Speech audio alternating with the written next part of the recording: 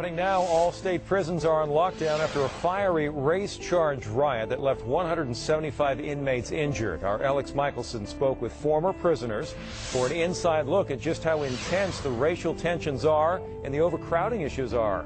Alex. Hey, Jim, good evening. Now, right now, all 55 California state prisons are on lockdown. That means that about 165,000 inmates are confined to their cell and nowhere else for 23.5 hours a day. Now, prison officials here say that they hope that that will help them control what can be an overcrowded, racially charged breeding ground that, as we saw this weekend, can turn very ugly. Parts of the state prison in Chino catch on fire. 175 inmates are injured, 55 seriously. Prison officials say all this chaos started as a race riot between blacks and Latinos. Tell me what you're doing over here. You're just relaxing? We're the white guys. Are you the white gang? That's right. Yeah. Do all the different races have different areas? Yeah, that's like the black area over there, the Norteño, white area over here, Indians over there. We keep it segregated. How come? We don't want a program with them. Keep a clear line, pretty much. We just stay away from them. They stay away from us. Racist. We just don't want to live with them, you know? I don't want to live with them. You look quite young. How old are you? 19. 19. Yeah. Oh, pretty young. How did you hook up with these guys? Yeah, we take care of our own. But the Sureños are constantly under threat. In 2005, a race riot broke out here between 500 Southern Hispanic and black inmates. And it could happen again.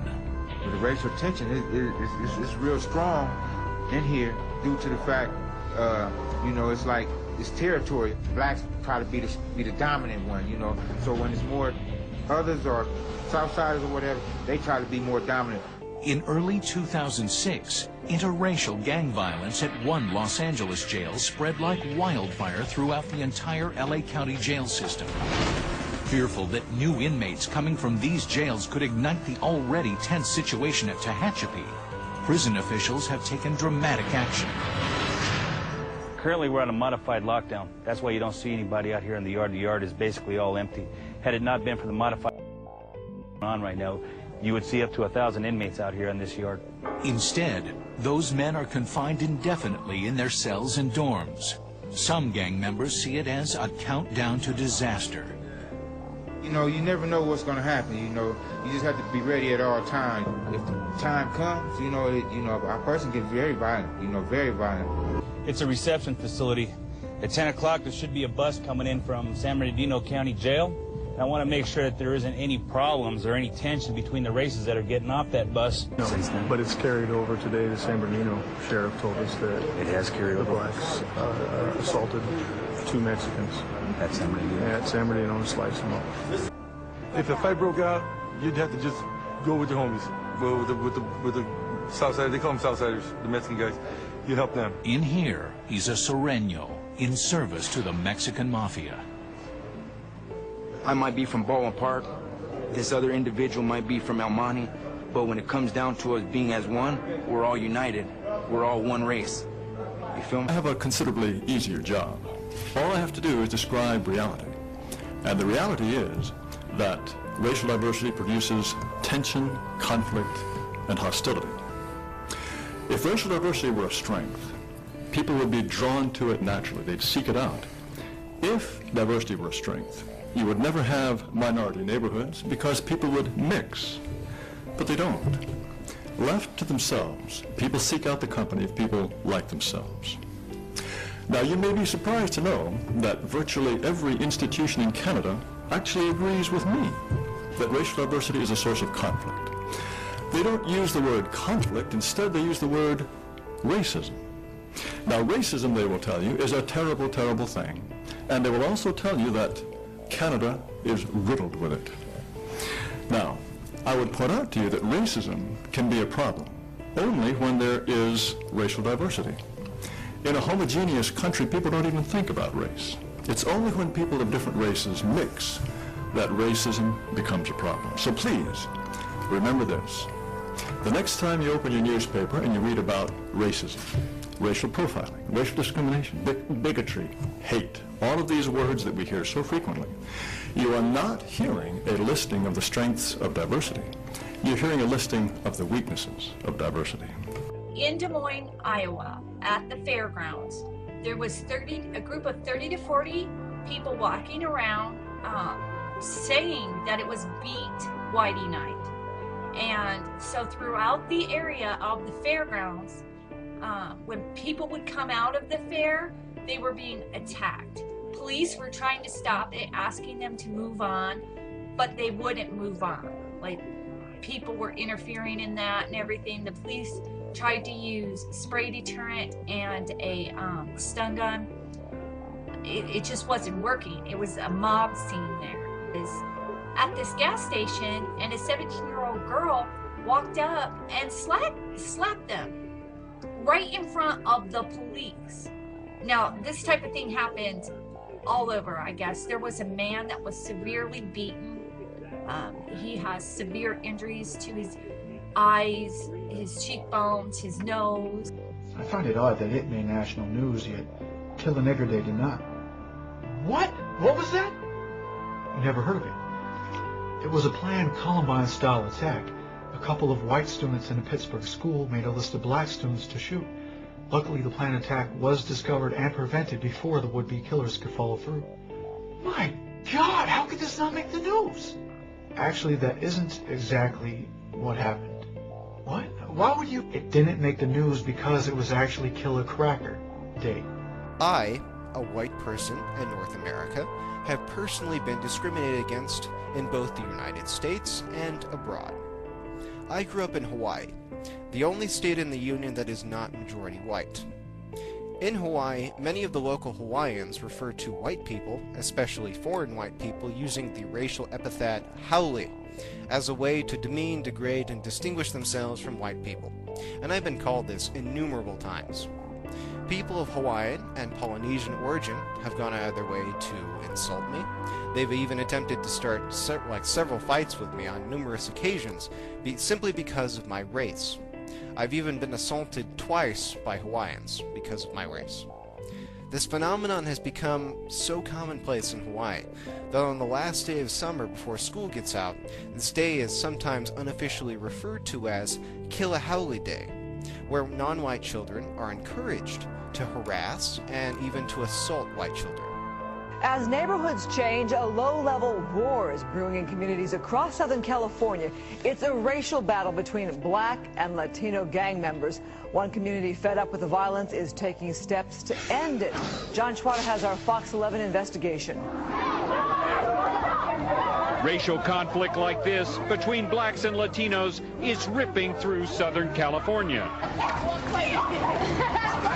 From South LA to Compton, Pomona to Pasadena, communities have witnessed troubling shifts in population, especially with Latinos moving into traditionally African-American neighborhoods. I mean, they come over here and try to take over everything, you know. Any Mexican that come in our way, nigga, we gonna put them down. Mexicans, that's how I feel. But the racial conflict cuts both ways, including attacks by Latinos against blacks, spreading the grief all around. Her son, 18-year-old Zelvin Reyes, some say he killed in Highland Park defending a black friend who was being attacked by the Avenues, a Latino gang. That attack has produced no arrest. It came even after other members of the Avenues were jailed and charged with a string of hate crimes, including the murder of these two men in 1999 and 2000. All of this aimed at driving African Americans out of Highland Park. In LA County's most recent annual report, 62 hate crimes were reported against Latinos, 78% of the suspects there being black. And in 156 hate crimes against blacks, 73% of the suspects were Latino. But few Southern California leaders own up to the ugly facts of black on brown, brown on black violence stalking their streets. Eventually they're going to have to step up and say, we have a problem here, and it's getting worse year after year. To frame it as a police problem is a mistake. It is now a community problem. The chief of police in Pasadena sees the disturbing trends and isn't afraid to talk about them. In Pasadena, we have had over 60 incidents since the first of the year. Have a seat, Raphael. His officers out on the streets dealing with it. They actually saw the two male black suspects approaching the lone Hispanic victim. And just in time, they break up a suspected crime, arresting 2 blacks and finding a gun. But police don't always make it in time. This memorial in Pasadena marks where Chino Acevedo intervened, trying to stop 2 blacks from attacking an older Latino man. And when he came to the aid of the initial victim being harassed by the group, an altercation occurred and he was shot and killed. Now, racism is said to be so bad in Canada that every province and territory has at least 2 major bureaucracies to fight it: a Human Rights Commission and a Human Rights Tribunal. Then there is a Federal Human Rights Commission, there's the Canadian Race Relations Foundation, the National Anti-Racism Council of Canada, and countless city, local, and university bureaucracies, all trying to sniff out racism and fight it. Well, how well are they doing? The Ontario Human Rights Commission says racial discrimination and racism are pervasive and continuing. The Canadian Commission for UNESCO says racism imperils democracy. The Federal Human Rights Commission says hate, and in particular its manifestation on the internet, pose a serious threat to the social fabric of Canadian society. Now, I ask you, how can racial diversity be a strength if it gives rise to something that imperils democracy, that poses a serious threat to the social fabric of Canadian society? Talking about these same problems. Now, how do I know that the white people know that we are going to come up with a solution to the problem? I know it because they have retina scans, they have what they call racial profiling, DNA banks, and they're monitoring our people to try to prevent the one person from coming up with the one idea. And the one idea is how we are going to exterminate white people, because that, in my estimation, is the only conclusion I have come to. We have to exterminate white people off of the face of the planet to solve this problem. Police warn locals any retaliation over the attacks on those lifesavers wouldn't be tolerated. Obviously, the crowd today wasn't listening.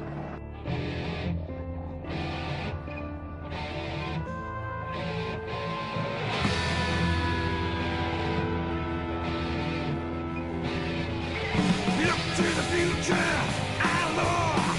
The storm is coming now. Race wars. The sky darkens, night falls. The battle's coming now. Race calls. Carry on the fight till the day we die. Against the people that don't tell us for the flags we fly.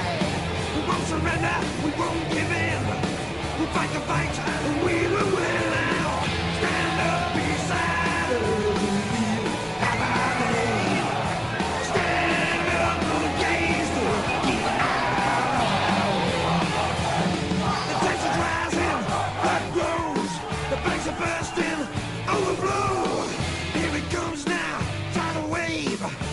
People now, mass graves.